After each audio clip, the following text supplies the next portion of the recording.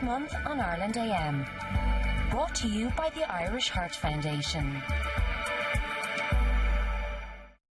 Now, here's a statistic that might, as they say, to borrow a phrase, put the heart crosswise in you.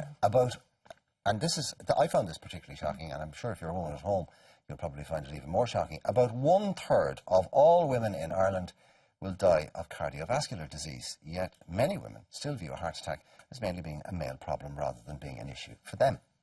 This month sees the launch of the Irish Heart Foundation's Happy Heart Month, which is sending out a red alert to women to keep an eye on their heart health. Nicola Corish underwent a double heart bypass aged just 34. She joins us now along with consultant cardiologist at the Bon Secours Hospital, Dr. Angie Brown. You're both very welcome to the programme. We were just speaking there, no history of heart problems in your family at all, Nicola? No, just, I suppose, as I say, it was granddad died of heart, but he was later on, so it wasn't the putting it down to, you know, something that was genetics. in the genes. Yeah. So what were your symptoms then? I suppose just tiredness, and I started getting the chest pains, and they progressed and they got worse. They started going down my arms and that. So, but I just didn't put it down to the heart. And you know, I was even saying maybe I have asthma, but just didn't think at all that was the heart. And how long did you have those pains for before you thought, I better go and do something about this, I better get this seen to?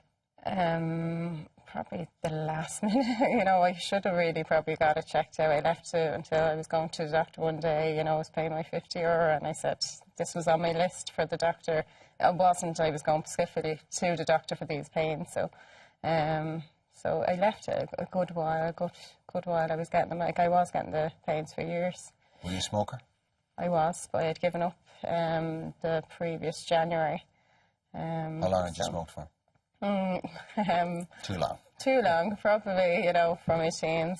So when you add up the years, it was a couple of years, yeah. Would you have considered yourself to be reasonably careful about your health? I mean, you talked about being a mother. I mean, would you have had all the checks that the women traditionally have? At my age, you don't have many checks. You know, you'd have your smear test and that would be it. There's nothing else out there really that I was offered. If I was offered something or if I was told you should be getting these checks, I think at my age you don't. It's more when you start going into 40s for menopause. I think that's when they do certain checks. And but you would have considered yourself reasonably vigilant where your health was concerned?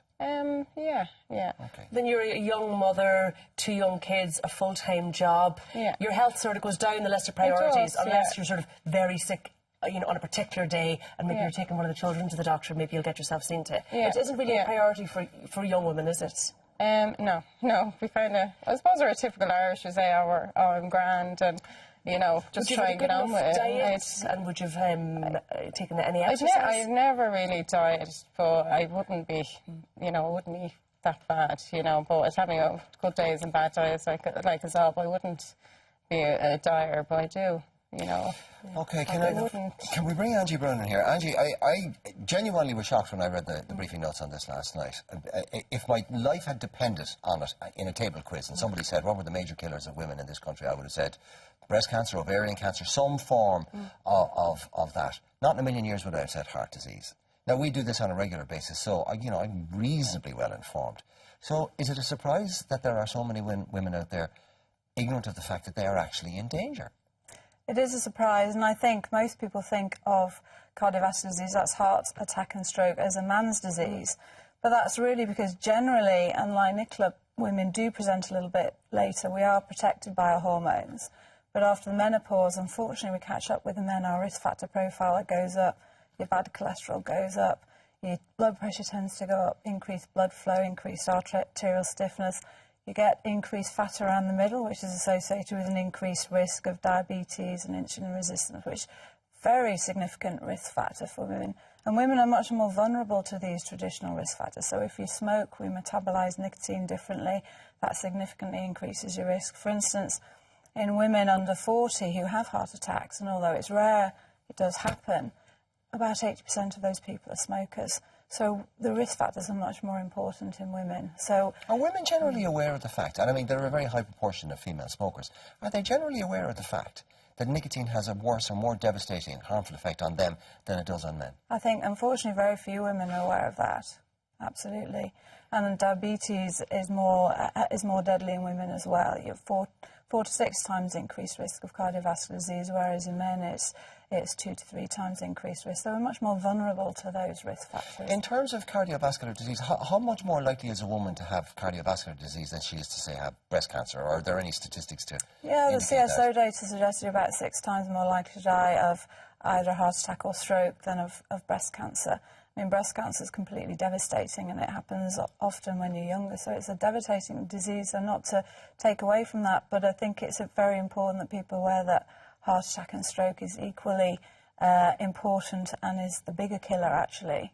The good news about this, though, Doctor, is that 80% of these diseases are preventable. So how do viewers this morning prevent cardiovascular disease? Absolutely. Well, as we've said, you obviously stop smoking, get health checks, get your blood pressure, your cholesterol check for diabetes, improve your lifestyle, so more fresh fruit, vegetables, fish, chicken, more exercise, so at least 30 minutes of exercise every day if you can, but at least 5 days a week if not.